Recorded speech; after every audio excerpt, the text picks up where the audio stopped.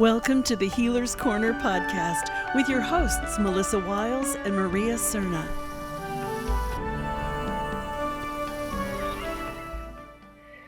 So tonight's topic is sexual healing and spiritualism.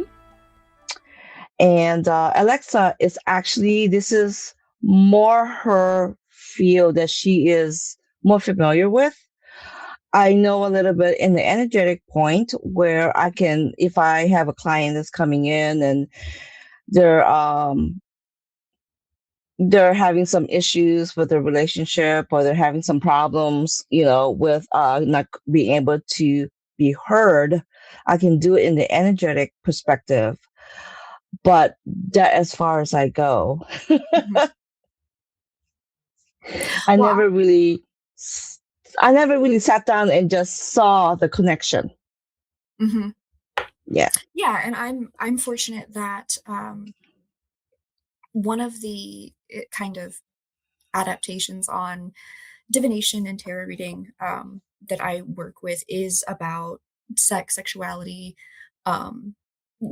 some of your romantic expression and things like that within the body. And one of my favorite readings now, and don't get me wrong, I love tarot cards. I'll flip over a card any day. But being able to actually have my divination pieces and my little throwing bones on my lovely little anatomical Venus mat that I have in front of me, and then having my clients throw little gemstone vulvas and little gemstone penises, that interplay of like their energy adding to it, what I can bring as far as a gift, and then what we can actually see that comes up physically and emotionally there has been an amazing, amazing doorway into sexuality and sexual health and things like that as a topic. I think it's definitely one of those topics that we don't talk about enough, because at the end of the day, it's a health topic. It's our body. Mm-hmm. It happens inside of you and to you and with you. So there shouldn't be shame around this type of topic, but inevitably there is.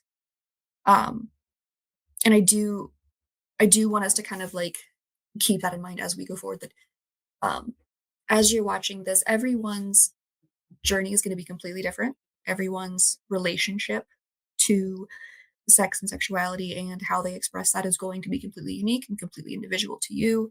So if you have comments, questions, thoughts, please feel free to pop them into the comments. We love those. But yeah, this is ideally a very safe, open space to talk about things and to kind of just discuss a couple of different topics that definitely come up more often than not when you're talking about sexual healing. Could you give a brief of what is sexual healing? If someone has no clue what it is, basically. So sexual healing it's very similar to kind of augmenting your diet. If you had a doctor diagnose you with some sort of health concern, that a specific catered diet would benefit that towards you. Sexual healing is like a specific diet for your body and your mindset. And it comes in a couple of different ways. It comes with not only the mental part of it, of being able to actually confront traumas and abuses and things within you that are still kind of being held up. It happens energetically with actually being able to kind of free some of those blockages within yourself. And then it happens physically, being able to actually shamelessly enjoy yourself in your expression of sexuality without a lot of the mainstream stigma and shame surrounding all of it. So I've always looked at sexual healing as it's basically it's a diet, but for your sex and your sexuality and your fulfillment of those things, because everyone's diet is different. Everyone's expression is going to be a little different there. And I feel like the diet analogy gives you the opportunity to kind of pick and choose which aspects of it will fit for you and yourself and your body. So basically, it's a non-performative way. Or could you elaborate more on that? Yeah. So there's a bit of a difference between the performative act of sex, which is great. We love that. Everyone, go have fun. There's a difference between the performative act that we as humans sometimes engage in when we are with a partner, or when even when we're by ourselves. We have this kind of bizarre, almost unreachable expectation of what we think we should be doing, what should feel good and shouldn't feel good, what brings us enjoyment and doesn't bring us enjoyment, what we feel is average, normal, and expected of us based on all the influences around you, like, social media, health classes, the books you read, the family environment you have. And it's kind of all of those things go into sex. That's not just like, yes, at the bare bones of it, it is two bodies or more doing things, but it's not that. It's a compound of all of these different aspects of your life kind of culminating in one moment. So you Hmm. you have to get away from the performative aspect of sex. And when performative, I mean by your ego is going to have to take like a back seat really hard, um, because um, there's a lot of things about sex and sexuality and things like that. It it's such an interestingly visceral topic. It is, granted, it's a very emotional topic for a lot of people, and it can be a very emotionally intimate and energetically connective thing. But even just on the physical side, on the very black and white, um, kind of no emotion involved side, it's a big, awkward, clumsy thing, and it can be gross at times, and it can have different smells and sounds and tastes and sights, and it's engaging all of these senses around you all in this one act, and that's an extremely overwhelming place to be, regardless of what you're doing, when all of your senses are able to kind of hone in on that one spot. Um, to get away from the performative side of that, though, is letting yourself be in that moment, letting yourself be in that mindful moment of, what I'm hearing, what I'm tasting, what I'm seeing, what I'm smelling, what I'm feeling, what I'm thinking, what physically is happening mentally. And it's just letting yourself be there without having an expectation. You have to get rid of an expectation, because a lot of times, especially with sex and sexual performance, we all have this weird standard, or this weird, like, hidden level of expectation that we have to meet. Oh, why wasn't this enough? Or I didn't do this enough, or I didn't do this. And you have to get rid of that expectation, because that brings the idea of sex and sexual healing into your body as something completely in the moment. It's not something, you can plan for, or you can always look back on things, but it's not something that you can build the template around, so to speak. It's very much in the moment. Hmm. I know that the energy, the sexual energy, is a very high potent type of energy. Mhm. Um, and it just the energy aspect of it, not the physical, but the physical things that's happening, but it's the energy aspect of it. So where does spirituality plays, or is that the spirituality right there, the energy of the sexual energy? So I think that boils down to the different the different labels you kind of want to put on what sexual energy is for yourself, and what you can apply to it. Like, 'cause we think about some, like, modern examples in a lot of our spiritualities and a lot of the more pagan side religions. Like, I know, um, the Wiccan side of the paganry there, a lot of their sexuality and a lot of that sexual energy comes in the uh, category of, like, fertility rites. It's Hmm. very binary in that idea of a masculine and a feminine presence, and the pelvic bowl of a woman that houses her womb being representative of the cup, and this idea of filling the cup and then it boiling over with life and newness. Um, we have that kind of aspects. We have some religions where um, sex is completely removed from the equation. You don't entertain those parts of yourself, because you've chosen to take that energy and route it somewhere else. Um, so there's definitely a specific type of energy that is just I would call sexual energy for sure. And it's not just an energy you have just during sex. Hmm. That's the other thing. It's not kind of like I can have romantic energy, or I can have very mindful energy while I'm doing other things. I don't have to just be in the act of something physical or intimate to be able to engage that sexual energy and actually harness it and use it and tap into it, and let it flow and let it kind of do what it wants to do in a body. Okay, that brings to mind. Since it's a high potent type of energy, is an energy that you can bring out your creativity. Oh, absolutely. Especially for, um, we see this with a lot of women that a new word I've seen in several different books is this idea of creatrix. And it's the idea of stepping away from the very binary idea that sexual energy for a woman is just for fertility and blooming and following her menstrual cycle, which is a completely valid path of sexual energy. Absolutely.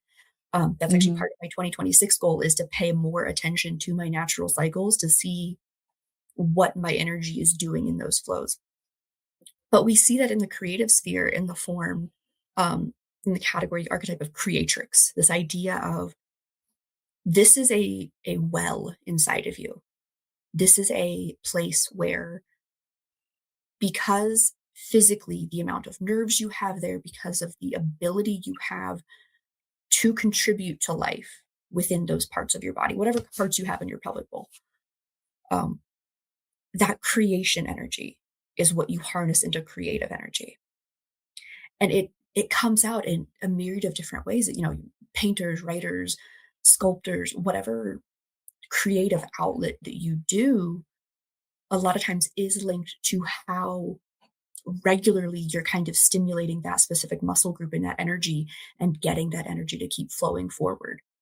Because it wants to come out of you. It shouldn't sit there stagnant. And you can tell when it gets stagnant. Um, Hmm.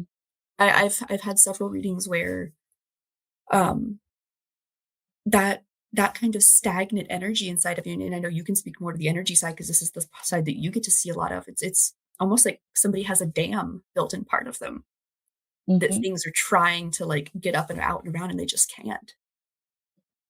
Is that Yeah. something that you see a lot with your clients as far as like I see it with some of my clients. Yes. I've had a client who were, let's put it this way, she was in a relationship that she did not longer want to be a part of. Mhm, So I noticed the energy. There was a stagnant in there. So I literally had to clear it out. So yes, the stagnant energy sometimes, if you want, it's like a cord. Also, you can have a cord, an energy, sexual cord with another person, even though the relationship is no longer there. mhm, So it's a stagnant. So I literally had to go and clear it out, you know, and it's just an energy cleansing because it's energy. So I just do an energy cleansing and I just remove whatever the residue was. Because as far as this person was concerned, that person was out of her life, but there was a residue still. still have that Yeah. tether. Yeah.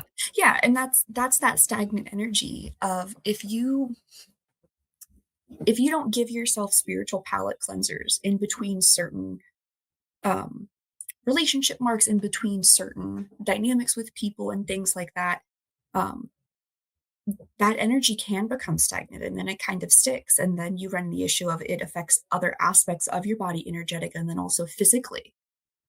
Um, like I've seen several clients where, um, we'll throw the divination pieces down and we'll be looking, and some of the heavier, sharper pieces in my divination uh, tools will end up in that pelvic bowl, and I'll have to talk to them about like, okay, well, what, something's in there and it's heavy and it hurts and it's trying to. You can tell by the placement of some of the pieces if it's trying to work its way out or if it's kind of just very much nestled in there. Um, and a lot of the readings I get to do is just mostly just bringing attention to those parts again. bringing that person's awareness back to like, oh, hey, this is a part of you that should be tapped into, should be cared for, much like any other muscle group or any other aspect of your body and your health. Um, so seeing those little energy blocks and that physical manifestation of those in the divination pieces has been an amazing way for me to get people to kind of visualize this idea of here's this heavy lump of energy, and it was put there by someone else. It's a result of a trauma, of an experience, of past history, of you getting ready to break out of something or trying to break through something, and having them be able to kind of physically see that in front of them. I watched so many people's little light bulbs go off of, oh, you're right. Okay, I should do something. Like, this is something. It makes it tangible. It Hmm. literally is giving a physical representation to the untangible energy, because there are some people that struggle with visualizing energy movement. There are a lot of people that always struggle with tapping into energy and understanding what that feels like in themselves versus what that feels like to other people.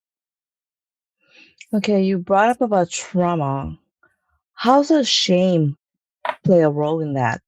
Because that person may not be aware of the shame that has embedded, as it's a trauma that they just carry on as they move forward in life. Shame is Because, one of the biggest factors, I would say, in sexual healing.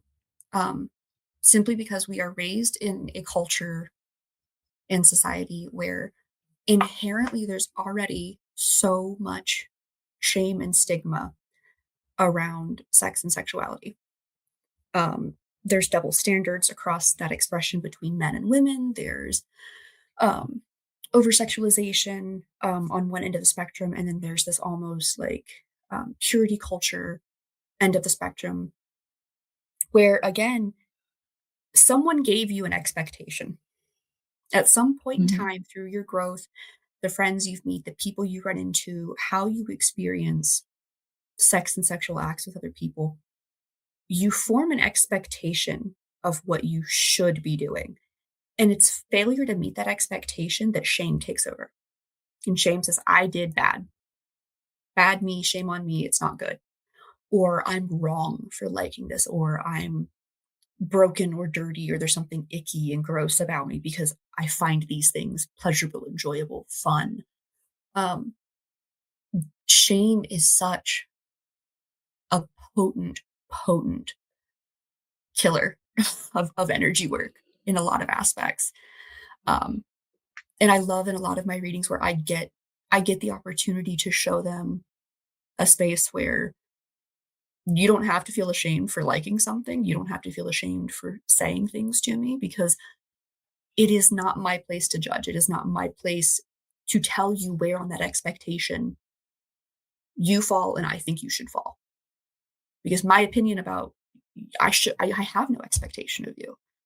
So I get to hold a space for someone where I get to set up for them an environment where I go, as long as what you're about to say doesn't have anything to do with non-consenting activities, say it and watch me nod my head and accept the fact that those words just came out of your mouth. We we get this weird idea with shame and with sexuality and like some of the things that people enjoy, um, because we almost forget that it's like from an objective standpoint, it's with other consenting people, it's with other consenting mhm. adults. And quite frankly, if everybody in that room has agreed that this is what we're doing and we're all okay with it, then okay, you checked it off the list. That's it. Move on. Mhm, Like, mhm. but the control aspect that comes with sex and Okay. the fact that it can be a activity that can be used for leverage and control and to hurt people in very acute, real, long-term ways. Um, and that control is hard because when we perceive that we are not in control of it or somebody else has control over it, it it kind of strips us of our autonomy. So there's so many different facets. It's like a very multi-cut gem almost. Like I feel like I look at a diamond with all these different facets when I talk about this topic, because each little part has its own area of importance, but you have to zoom in enough to see it, but then you have to zoom out enough to go, oh yes, the whole, the beautiful rock that you are. Would you say that the church does play a conditioning role in that too? And then, oh, I can't do this because my church would Absolutely. frown on this, or, on that shame. Absolutely. There's a lot of, especially with the Judeo-Christian culture, where a lot of that platform has been pushed in the direction of using sex and sexuality to control women mostly, and putting men in a place where their sexuality is a weapon to be used against other women or in comparison to other men. It's disgustingly toxic all around. But the traditional, like, Judeo-Christian church views in the idea that your your sex as a woman, both physically the body parts and your ability to do these things, um, has some inherent danger. Because why else would they be afraid of it? Why else would there be fear Hmm. around? Like, okay, if you're controlling something, it's because you deemed that it was out of control, and it being out of control meant it was dangerous for something. Well, okay, let's look a little closer to that. What was the church trying to control? What danger were they trying to mitigate? And the danger they were trying to mitigate was that the fact that we don't naturally form patriarchal or matriarchal. We form very interconnected, balanced, dual leadership roles in communities, and we're meant to do that. That the energy that comes from the feminine side of that creation, of that nurture, of that community building side is just as important as the action and the doing in the physical side of the energy. And the church has definitely been used as a platform to kind of keep people in little boxes, and really make them feel that, oh, these things that you're feeling or thinking or wanting to do are wrong and are gross, and should be taken control of, which is why we see purity culture is such a big deal in the Judeo-Christian side of things. That idea of, Hmm. you have to promise your amazing gift that you can only give away once, like it's a token of mastery or whatever, and you have to promise it to someone else. Most of the times being promised to a father figure or a minister figure of some kind, some sort of male authority figure usually gets it. And again, I look at that of, like, we have a whole generation of people that were taught this was normal. It's okay that you give that part of yourself up to someone else because it's not yours to hold. And when you're doing that, you are very realistically, energetically telling someone, I'm giving you this energetic part of myself to not be able to tap into, to not be able to have access to. And you've given it over to someone else.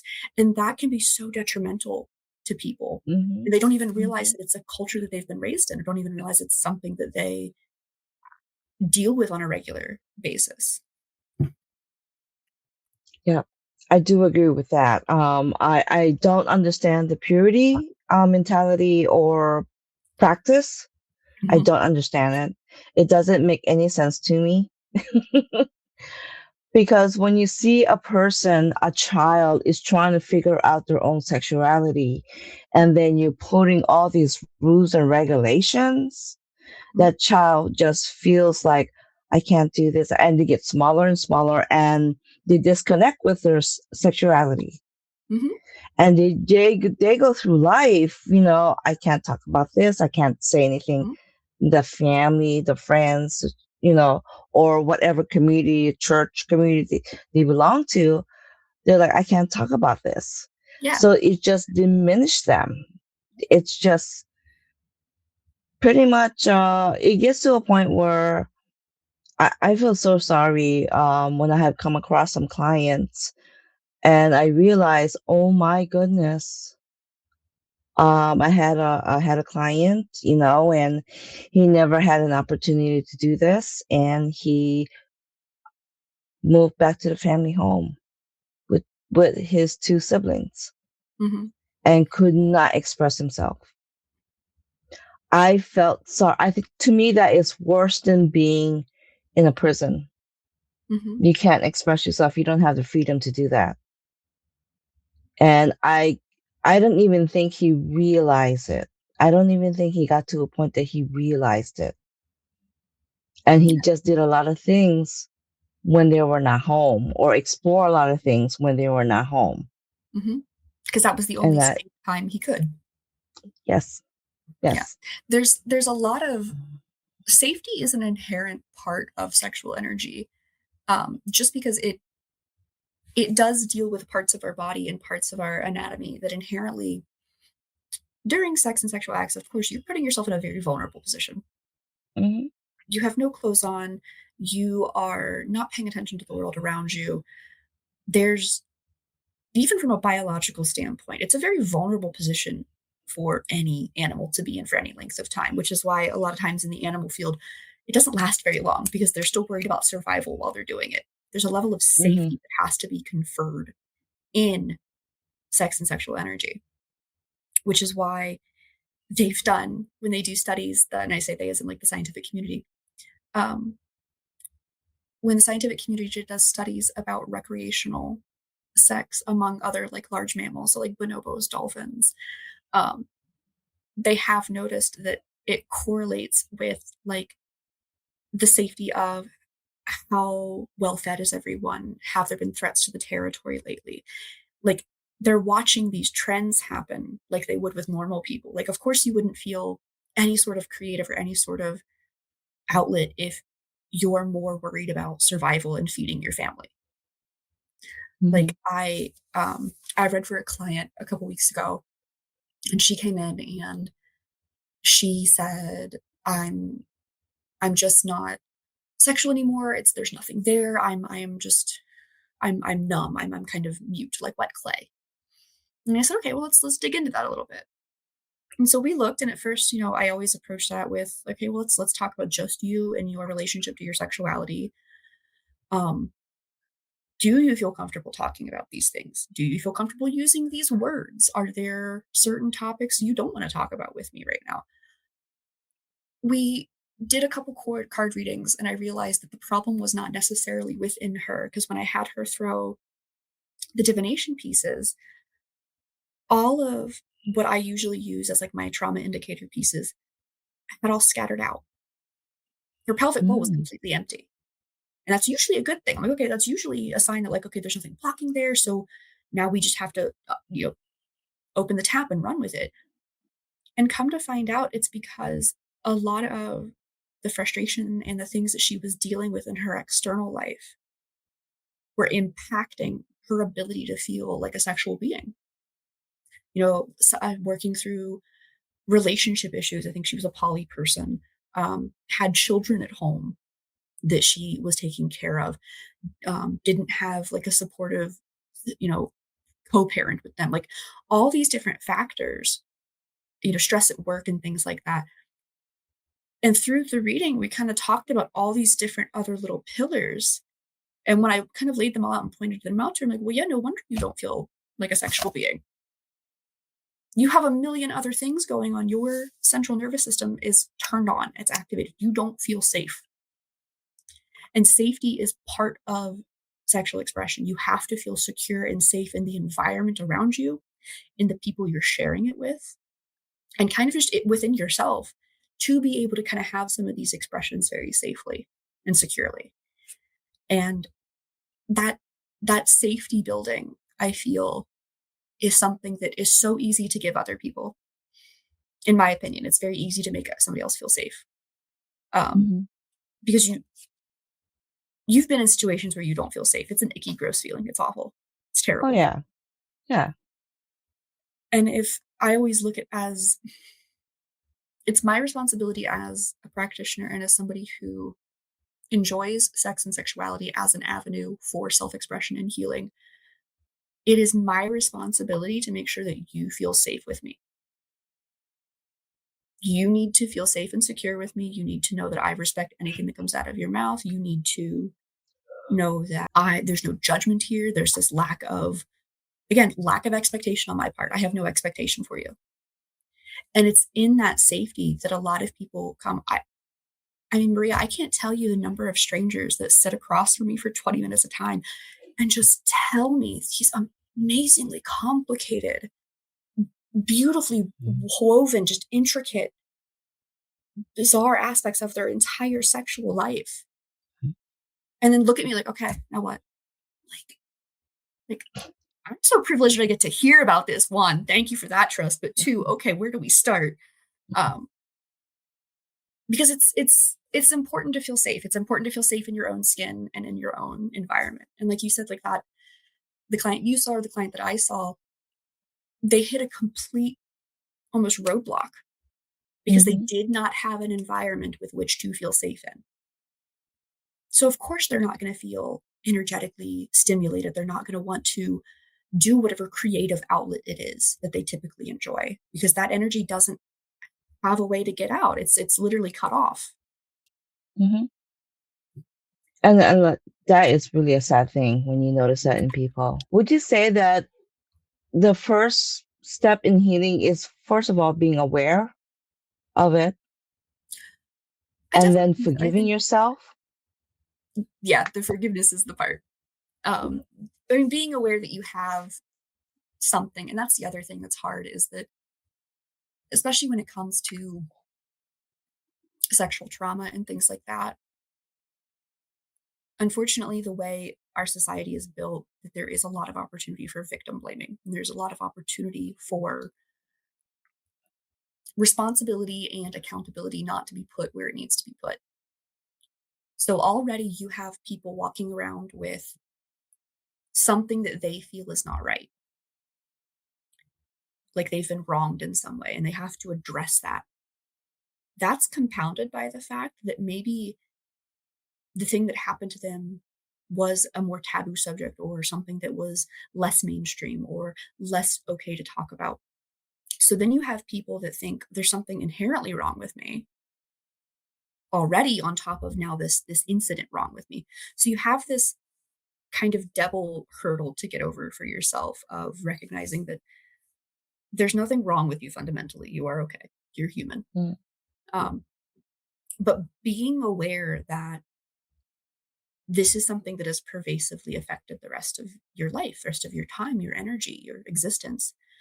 And then giving yourself permission to re-experience it in a safe way. Because I'm the type of practitioner, I believe, with especially with trauma and hurts and things like that.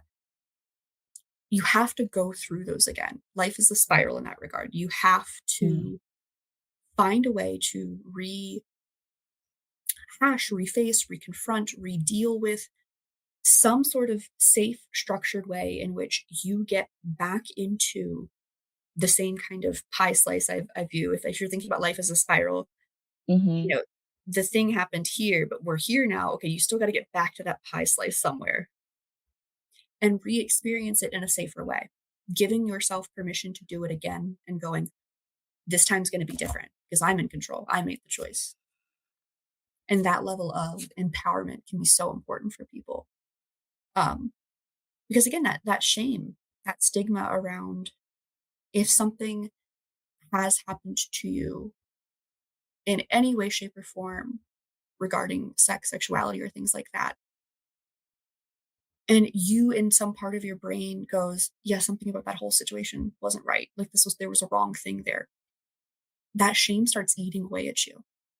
And it's so pervasive. If you asking, Maria, when you deal with clients, does shame as an energy feel different in a body? Yes.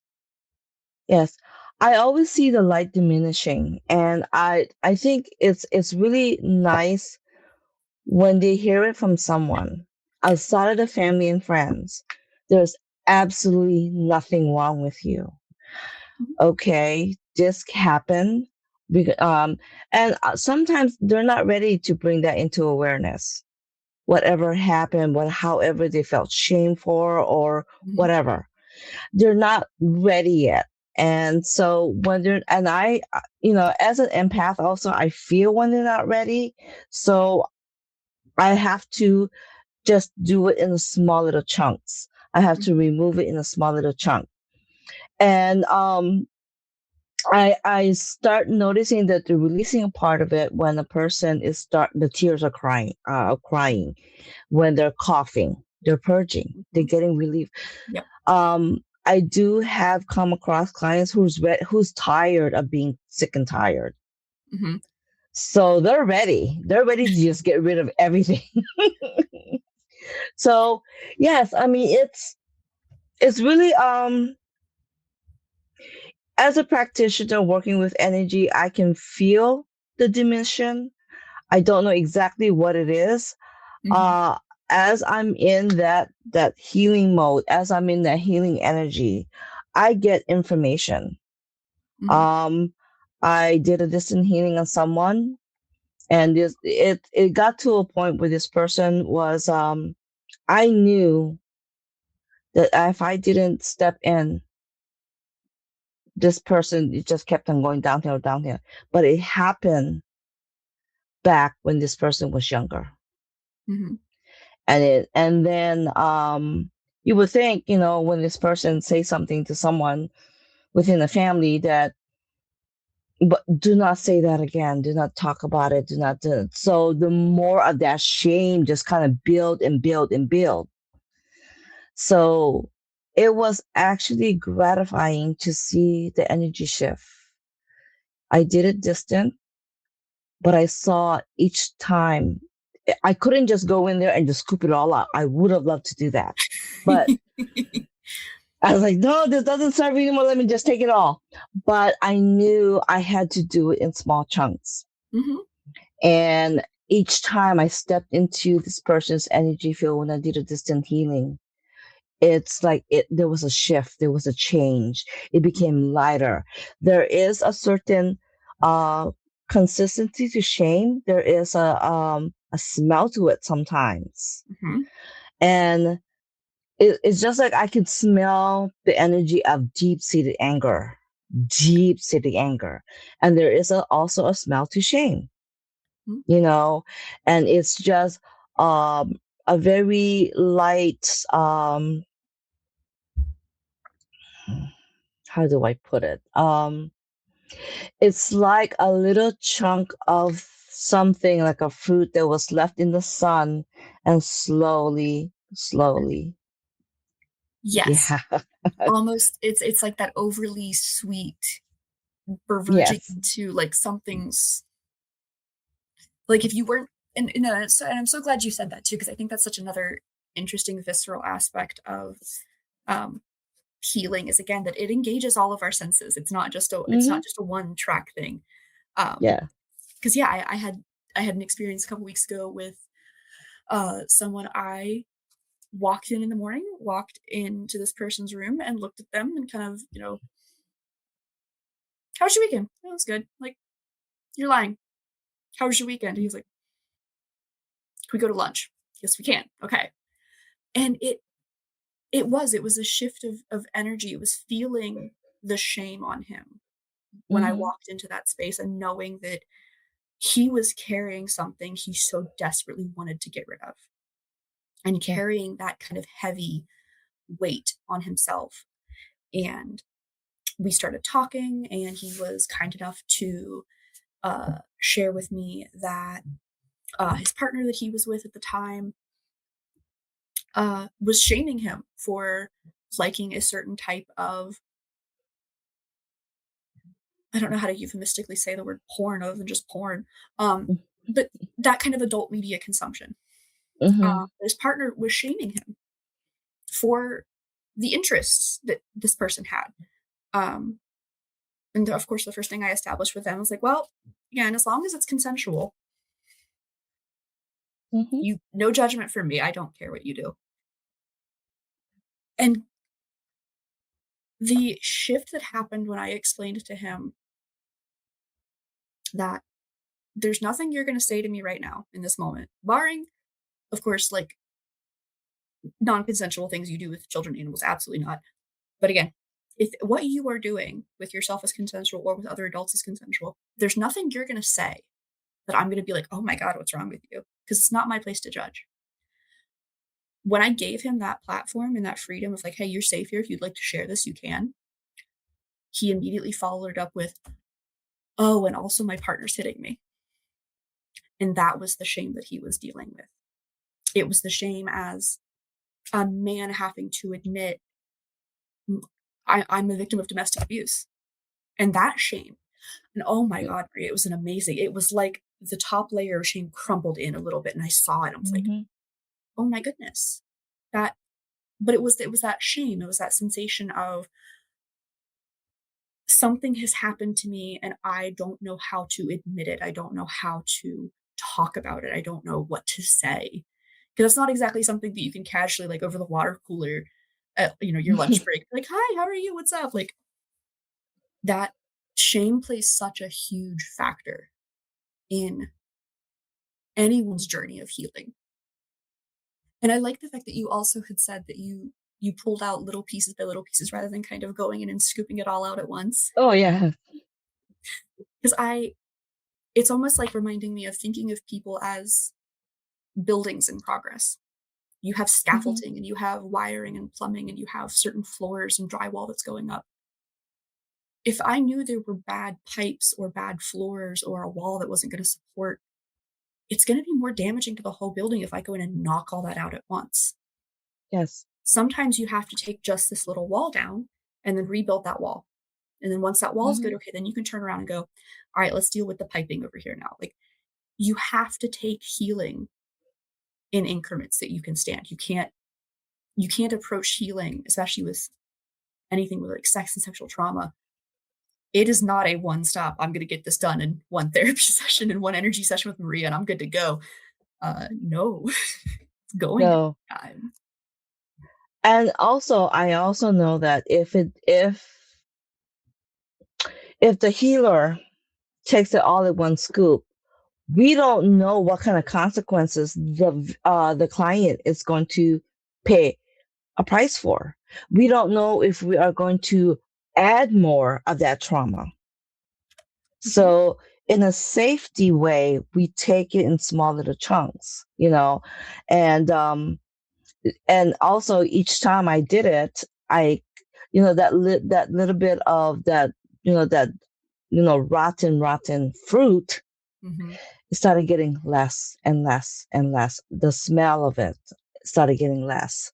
And the heaviness of, because any kind of negative energy that you're carrying around, it is a big burden. It is a huge burden.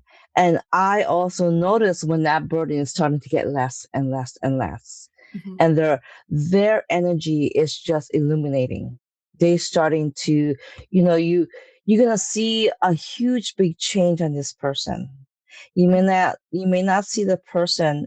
It was really gratifying when I had a client who came in, and as a healer, I know I did what I could do for this client, and I don't expect feedback.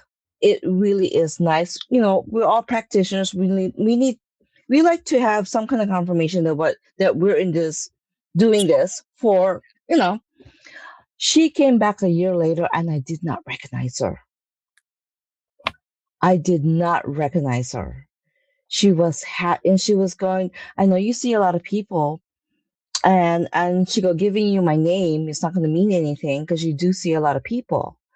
But I came to you in a state of my life that I was dealing with a lot of, I thought there was something wrong with me, and I came to you not by choice. I had friends who brought me there, and I just decided to try it. And she go, what you have done? I said, thank you. And yes, I see so many people, I don't remember. But I said, now that you have, she said, a year ago, I kind of place you now. I go, you were dealing with so much, so many emotions. Mm-hmm. And she go, yes. And she go, I thought there was something really, really wrong with me, Mm-hmm. and it was a relationship that she was getting over. Yeah. There are a lot of remnants of relationships that I feel people don't give themselves enough time to fully close up and heal. And we as conscious people have to be very mindful of when those things need healing in ourselves, we don't inadvertently use another person to kind of fill that void or to Hmm. try to rework through some of those issues with that other person, um, which is hard to do. It's hard to be inherently social and communal creatures that humans are and want connection and care and to know that there's someone with you and you belong, but then to inherently not have that trust or have that trust repeatedly broken and have no foundation of how to build it. That's hard to do. So I definitely I like the fact that throughout this entire conversation we've talked about shame and safety have come up several different times as far as like what you can do and the fact that yeah, so many people walk around thinking there's something wrong with them. Hmm. And Yeah. that feeling of otherness is so deadly at times. Hmm. Um, one of my favorite analogies for people is to let them know you're not a weird horse. You're just a zebra with different stripes. Because getting yourself out of that mindset that there's something inherently wrong with you because of the things you like or do or engage in. Again, we're comparing ourselves to an expectation someone else gave us. Hmm. Hmm. Somebody else told you, "Oh, it's not okay for you to think that. Oh, it's actually you don't talk about stuff like that, or oh, we don't do that." That expectation was given to you very carelessly by someone. A lot of times it's a offhanded comment that someone makes or a facial expression that someone pulls that person might not even be aware that they just did, but the person observing them went, "Oh, I said this thing, and this person I kind of like made a gross face, so that must be gross. I'm gross. Oh, okay, I won't ever talk about that again." It's such it's such an offhanded little thing that Hmm. expectation was given to this person, and now it weighs so much heavier on them. And it's a mindfulness of your actions. It's an accountability for your actions that Yeah. your words, your facial expressions, your presence in a room with people has an impact. Hmm. And you can't ever really be sure of who's paying attention to which parts of you or how important you are to someone or the impact that you might accidentally have on them. That's not something you can ever control, but it's something to be aware of. And I think that awareness, especially with sex and sexuality, is important because it's how you care for each other. It's how we show compassion for people. If we are conscientious of the fact that, oh, you're going to share something really vulnerable with me, then yeah, I'm going to put my phone down, face down away from me. I'm going to hold your hand for you while you talk to me. Like showing up for someone like that is a profound step in healing. Being able to talk about things like this candidly um, is another profound, profound step in healing because there's so much silence around it. The other thing that I always tell my clients, and I say know the boundaries, know your boundaries, because that is something that we are not taught in Mhm, society. We are not taught. It's never discussed. So we don't know the boundaries. mhm, So you put the shame, you put the expectation and the shame, and then you don't know your boundaries, or you don't know that, okay, this I can accept, but that I can't. mhm. So it's like, I was like, wow, I go, I had a client, I said, you didn't know that you can say no? It's two letters, no. Mhm. Just N-O, no. And it's something that we're not taught in society. You No. know, it was never discussed. Mhm. And I don't know, it's like people think that there's a handbook and that we all know what this handbook is, and Mm-hmm. but it's really I wish the children that are growing up would have a be this will be a good discussion for Yeah. them, to know that there is boundaries, Mm-hmm. to know there's nothing wrong with them, and don't compare yourself or expect to be that person. Mm-hmm. Yeah. And this is why I'm so excited that Melissa's going to have us in a couple weeks be able to talk about um, kink and BDSM in the aspect of sexual healing and things like that. Um, without jumping topics over there, but there are so many amazing conversations you find yourself capable of having when you start giving people enough space to say, do you actually like it when I do this? Or does this actually feel good? Or what do you like? Like those simple curiosity questions and those simple fact finding questions Hmm. to get to know someone and get to know what they like. Because I cannot tell you the number of people I have met where, we have a discussion and we talk, oh, soft boundaries, hard limits, stuff like that. Oh, I have no boundaries. You can do whatever. Like, nope, nope, we are Yeah. not. Absolutely not. Because that puts everyone in a dangerous place. That puts everyone at an Hmm. at-risk place. Hmm. And it's going to be so much better and happier and easier if we go through the awkward, uncomfortable conversation of, well, I kind of like it if you do this, or actually, I don't like it if you do that. And not having, again, worrying about not meeting an expectation. Because in especially with sex and sexuality, we are bombarded with so many different avenues and aspects of what is and is not sexy and attractive, and what should and shouldn't feel good, and what is and is not acceptable. And then you sit around and tell people, oh, well, this is the standard. Like, No. there are 8 billion people on this planet. There is no such thing as a standard across all of them. I promise. Just like there's no such thing as normal. Yeah. Normal There's doesn't exist. change. Correct. Yeah. You are a zebra. You are a zebra with different stripes. Mhm. Sometimes you are a zebra with little itty bitty fine stripes. Sometimes you're a zebra with big fat stripes. Sometimes you have both. Sometimes you're a zebra and you're born with spots first, and then they train to striped, and that's okay. But that idea of belonging and that idea of being othered definitely plays a shame factor, plays into the shame factor of any sexual healing that I've gotten to be a part of with other people. Also, I think that's another thing that you brought up about communication.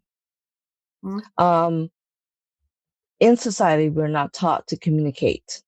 We're not correct. taught to, yeah, we're not taught to have a say, especially in the relationship aspect of it.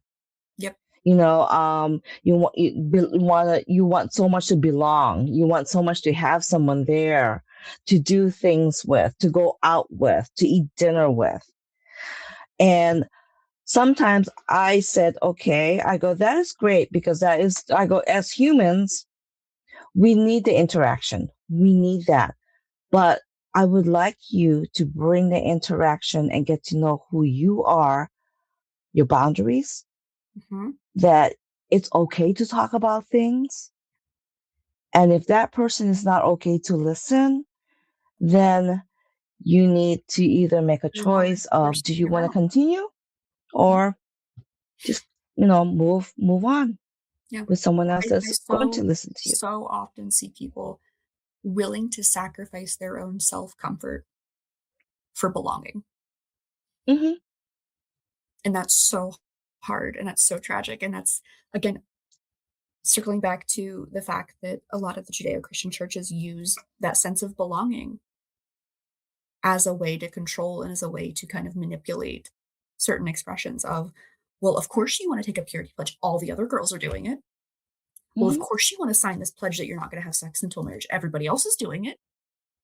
And it's, again, it's that manipulation of something that is inherently yours and no one else's, that somebody went, oh, no, but it's mine actually. What if it was mine to control? And it stripping that autonomy away from someone is so detrimental. But I see so many people willing to sacrifice what should be their own boundary, whatever little red flag in their head that went off that said, you should say no to that, because we are taught in society to get along, to minimize ourselves, to not take up space, to not have a say, to make somebody else uncomfortable and say no.